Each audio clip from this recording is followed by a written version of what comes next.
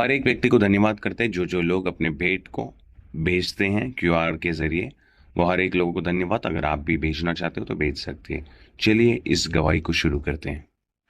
अयोध्या राम मंदिर बीजेपी के तौर पे मैं बहुत आकर्षित होकर बीजेपी के लिए मैंने बहुत काम किया।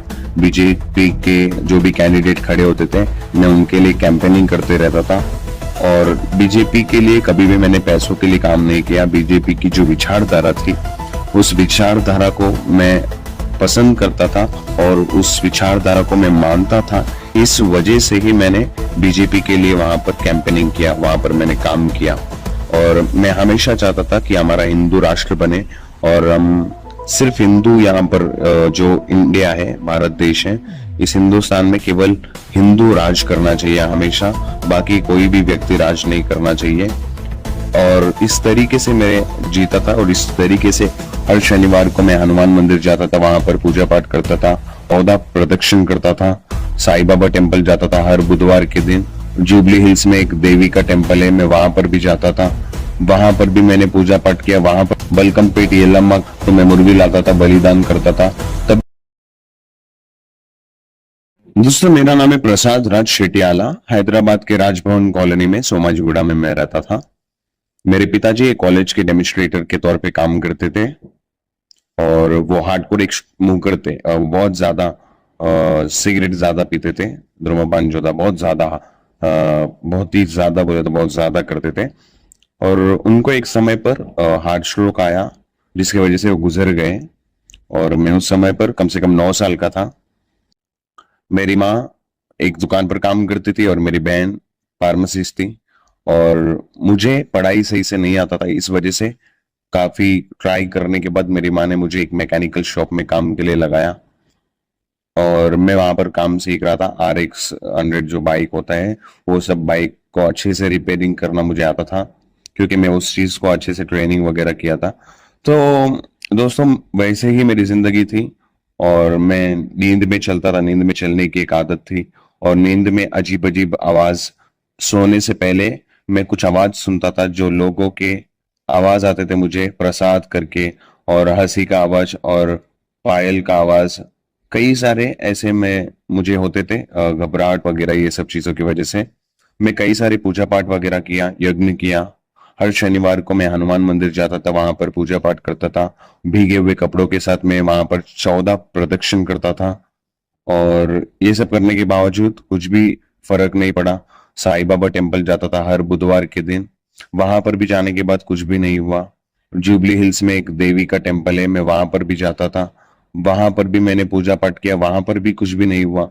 बलकमपेट येलम्मा करके हैदराबाद में एक फेमस जगह है जहां पर मैं जाकर कुछ भी अर्पण करना होता था, अर्पण करता था। मुर्गी को अगर बलि देना होता था तो मैं मुर्गी लाता था, बलिदान करता था, तब भी कुछ भी फर्क नहीं आया। मैं सोचा वहां पर ही मुझे थोड़ा काम कर लेना चाहिए जिससे कम से कम मेरे अच्छे काम करने से मैं ठीक हो जाऊंगा। ऐसा सोचकर मैंने वहीं पर काम करना शुरू किया और वहीं पर कई सारे लोग जो आते थे और उसी मंदिर पे कई सारे लोग आते थे जो लोग मुर्गी मगर काटते हैं और जब काटते हैं तो उस समय पर 2 रुपए वो लोग देते हैं हमको, तो उसमें से 1 रुपए मैं लेता था और 1 रुपए जो मंदिर के पुजारी उनको देना पड़ता था। इस तरीके से मेरी जिंदगी थी।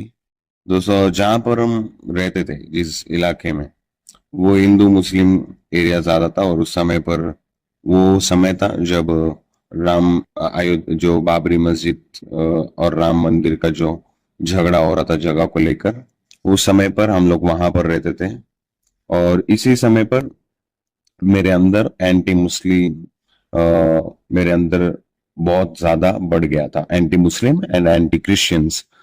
क्योंकि क्योंकि हम जिस इलाके में रहते वहाँ हिंदू पॉपुलेटेड एरिया थी, वहां पर मुस्लिम भी रहते थे और बाबरी मस्जिद एंड अयोध्या राम मंदिर, ये सब चीजों के वजह से वहां पर हिंदुइज्म बहुत ज्यादा बड़ा था। और जब ये सब चीजें वहां पर हो रही थी उसी समय पर बीजेपी ने मुझे बहुत ज्यादा अट्रैक्ट किया और बीजेपी के तौर पे मैं बहुत आकर्षित होकर बीजेपी के लिए मैंने बहुत काम किया। बीजेपी के जो भी कैंडिडेट खड़े होते थे मैं उनके लिए कैंपेनिंग करते रहता था और बीजेपी के लिए कभी भी मैंने पैसों के लिए काम नहीं किया। बीजेपी की जो विचारधारा थी उस विचारधारा को मैं पसंद करता था और उस विचारधारा को मैं मानता था। इस वजह से ही मैंने बीजेपी के लिए वहां पर कैंपेनिंग किया, वहां पर मैंने काम किया। और मैं हमेशा चाहता था कि हमारा हिंदू राष्ट्र बने और हम सिर्फ हिंदू यहाँ पर जो इंडिया है, भारत देश है, इस हिंदुस्तान में केवल हिंदू राज करना चाहिए हमेशा, बाकी कोई भी व्यक्ति राज नहीं करना चाहिए। और इस तरीके से मैं जीता था और इस तरीके से एक कट्टर विचारधारा से मैं था। और बीजेपी ने कभी भी मुझे इस्तेमाल, बीजेपी के जो कुछ कैंडिडेट्स थे उन्होंने मुझे इस्तेमाल करके छोड़ते थे, लेकिन मैं विचारधारा की वजह से ही उनके लिए काम करता रहा। और एक मंत्री थी, जो मंत्री एंटी बीजेपी कमेंट्स करती थी, उस मंत्री तक को मैं डेथ थ्रेट्स दिया था एक समय पर, और उनको कुछ भी करने तक मैं आगे पीछे सोचने वालों में से नहीं था। और कई सारे लोगों को मारपीट करना, कई सारे दंगों में, होली वगैरह में, गणपति विसर्जन के समय पर हम क्या करते थे, जब भी गणेश विसर्जन होता है और या तो होली वगैरह त्योहार होता है, उस समय पर हम अपने शरीर पर गुलाल वगैरह पूरी तरीके से लगा लेते थे और कोई मुस्लिम व्यक्ति के पास जाकर, मुस्लिम व्यक्ति के इलाकों में जाकर उनको तकलीफ देना और ऐसे उनको परेशान करने के काम करते थे हम। और कई सारे क्रिश्चियन मीटिंग्स होते थे हैदराबाद के आसपास के इलाके में। जब भी क्रिश्चियन मीटिंग्स होते थे, मैं पत्थर दूर से लेता था और फेंकता था, किसी पर भी लग जाएगा करके। दूर से पत्थर फेंकने की बहुत ज्यादा इस तरीके की आदत हो गई और एक एंटी क्रिश्चियन और एक एंटी मुस्लिम और एक एंटी माइनॉरिटी के हिसाब से चल रहा था, क्योंकि मेरे अंदर बीजेपी बहुत ज्यादा प्रभाव डाला। एक तरफ से बीजेपी ने मेरी जिंदगी में बहुत ज्यादा हिस्सा ले लिया और मेरी कुछ परेशानियां, जो मेरे घर के हालत थे, मेरे जो खुद का जो तकलीफ था, रात में मैं सही से चैन से नहीं सो पाता था। क्यों नहीं सो पाता था? क्योंकि मेरी जिंदगी इस समय से मेरी जिंदगी कुछ समय से ऐसी गुजर रही थी, क्योंकि मैं जब तक पिता थे तब तक ठीक था, लेकिन जब तक पिता गुजर गए उसके बाद से हमारे घर के पूरे हालात बदल गए। और इसी में बीजेपी का आना और हमें हमारे ऊपर हमारी जिंदगी में प्रभाव डालना, इसके वजह से हमारी जिंदगी और ज्यादा कठिन हो गई। और मेरे कई सारे क्राइम्स के चक्कर में मेरे कई सारे दोस्त लोग जेल में जाकर आते थे, मेरे वजह से, मेरे वजह से भी जाते थे, मेरे लिए जाते थे। कई सारे लोग जेल में जाते थे और उनको बेल पर बाहर लाया जाता था। इस तरीके से एक कट्टर विचारधारा मेरे अंदर भर गई थी और एक क्रिमिनल के तरह मेरी जिंदगी गुजर रही थी। और कई सारे पॉलिटिशियंस के चलते कई सारी चीजों से मैं बचकर निकल आता था। मैंने इतना सारा पूजा पाठ किया, इतना सारा हिंदुत्व के लिए मैंने इतना काम किया, लेकिन मेरे जिंदगी में शांति समाधान नहीं था। मेरे जिंदगी में कभी भी यीशु नाम के व्यक्ति को मैं पसंद नहीं करता था, क्योंकि एक कट्टर बीजेपी समर्थक व्यक्ति, एक कट्टर हिंदू राष्ट्र एक कट्टर हिंदू राष्ट्र के विचारधाराओं को जरिए जीने वाला एक व्यक्ति कभी भी मसीह को नहीं अपना सकता, क्योंकि वो हिंदू राष्ट्र चाहता है, वो अपना धर्म का प्रचार चाहता है, वो अपना धर्म की स्थापना चाहता है, वो कभी भी मसीहत को बढ़ावा नहीं देगा। उसी तरीके से मैंने कभी भी यीशु मसीह को प्रेम नहीं किया। यीशु मसीह के लोगों को मैंने तो पथरावा उनके ऊपर किए थे, मैंने बहुत सारे हमले किए, मैंने बहुत सारे दंगे किए, जिसका प्रभु ने, जो केसेस वगैरह जो होते हैं, वो कई सारी चीजों में से प्रभु ने मुझे सॉल्व कराया और सब में से प्रभु ने मुझे छुड़ाया। बीजेपी का जुड़ना मेरी जिंदगी में किस तरीके से मैं बीजेपी से जुड़ा, हिंदुत्व से जुड़ा, हिंदू राष्ट्र की मांग करने में मैं जितना दिलचस्पी रखता था, वो सब चीजें मैंने आपको बताया था। जैसे कि मेरी जिंदगी में हिंदुत्व से जुड़ा हुआ व्यक्ति था, मैं हिंदू धर्म को पालन करने वाला व्यक्ति था, सारे देवी देवताओं का दीवाना था मैं, कई सारे पोचम्मा का पूजा पाठ करता था, साईं बाबा के मंदिर में जाता था, हनुमान मंदिर में जाता था और वहां पर मैंने 14 प्रदक्षिण करता था। लेकिन कभी भी कुछ भी मेरी जिंदगी में फर्क नहीं आया, क्योंकि मेरी जिंदगी में एक परेशानी थी। मुझे अमावस्या के रात के समय पर एक सपना आता था। हर अमावस्या, जब भी अमावस्या आता है, वो हर रात मुझे एक सपना आता था। एक व्यक्ति, खतरनाक व्यक्ति मुझे सपने में दिखता था और मुझे देखकर हंसता था, जिसे देखकर मैं काफी परेशान हो जाता हूँ और काफी डर जाता हूँ। ऐसा मैंने कई बार मेरे साथ हो गए। और जब मैं ऐसा नहीं सोता हूँ कि मैं आज नहीं सोऊंगा क्योंकि मुझे ऐसा कुछ सपना आ जाएगा करके जब मैं सोचकर नहीं सोता हूँ, ऐसे समय पर मुझे चैन की नींद नहीं आती भी है और बाकी अजीब अजीब शब्द मैं सुनता था। दोस्तों, मेरा एक दोस्त था जिसका नाम जयपॉल रेड्डी नाम था। वो व्यक्ति गुजर गए थे। कैसे गुजर गए थे? किसी लोगों ने उनको हत्या किया। दूसरे पार्टी वगैरह में हम ज्यादातर जब घूम रहे थे तो किसी हमारे खिलाफ के पार्टी के व्यक्ति ने कत्ल करवाया, और जब कत्ल करवाया तो मैं बहुत बड़ी रैली निकलवाया, और रैली निकलवा कर मैंने बोला कि जय, जो तुझे मारा है मैं उसको जरूर चौराहे पे मारूंगा करके मैं इस तरीके से एक शपथ लिया था एक बड़ी सी रैली में। और जब यही रैली में मैंने एक शपथ लिया, इसके बाद शाम के समय पर, उसी दिन शाम के समय पर एक व्यक्ति आए।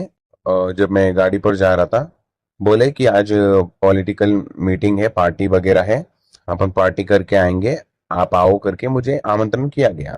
क्योंकि एक और व्यक्ति था, एक और पॉलिटिशियन जो दूसरे पार्टी में ज्वाइन करने जा रहा है, तो उसने आसपास के और अपने पहचान के सारे जो गुंडागर्दी करते हैं, दबंगी होते हैं, वो सारे लोगों को बताए। तो उसी तरीके से मुझे भी आमंत्रण मिला वो पॉलिटिशियन के तरफ से।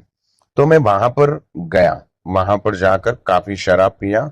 और दोस्तों, ऐसी बात है कि मैं बिना शराब के सही से नहीं चलता था। लोग बिना शराब के सही से चलते हैं, लेकिन मैं शराब के बिना सही से नहीं चलता था।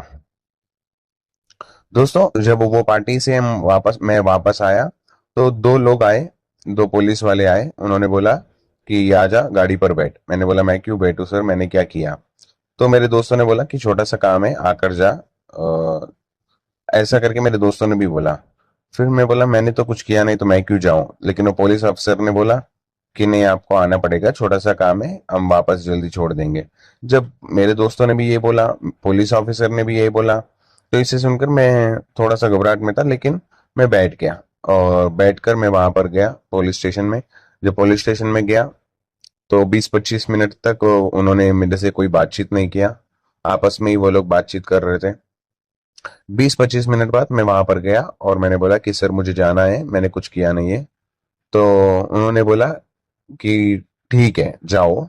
साइन वगैरह करवाया, एड्रेस वगैरह लिया, मेरा नाम वगैरह पूछा, सब कुछ मेरा जानकारी लेने के बाद उन्होंने मुझे जाने के लिए बोला। तो मैं जैसे ही बाहर जा रहा था, दो लोग आपस में घबराते हुए आए और आकर पुलिस वाले के पास मेरे सामने ही, मतलब जैसे ही मैं तैयार हुआ जाने के लिए, और वैसे ही दो लोग आए और उन्होंने कंप्लेन किया कि सर इन्होंने मेरा जो सोना होता है गोल्ड चेन वो चुराया है, मेरा सोने का कड़ा था उससे भी चुराया है।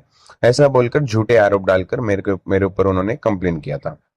तो पुलिस वाले ने मुकदमा दर्ज कर दिया मेरे ऊपर, और इनको इनको साक्षी गवाह बनाकर उन्होंने मेरे ऊपर केस दर्ज किया। और क्यों किया? क्योंकि मैंने वो शपथ लिया था। क्या शपथ लिया था? कि जो भी तुझे कत्ल किया है उसको मैं नहीं छोड़ूंगा, मैं उसकी कत्ल करूंगा। ऐसा करके मैंने जो शपथ लिया था, उसी शपथ के वजह से, क्योंकि बाकी जो सामने वाला व्यक्ति था जिसने ये सब किया, वो भी एक बड़ा पॉलिटिशियन होने की वजह से वो डरा हुआ था।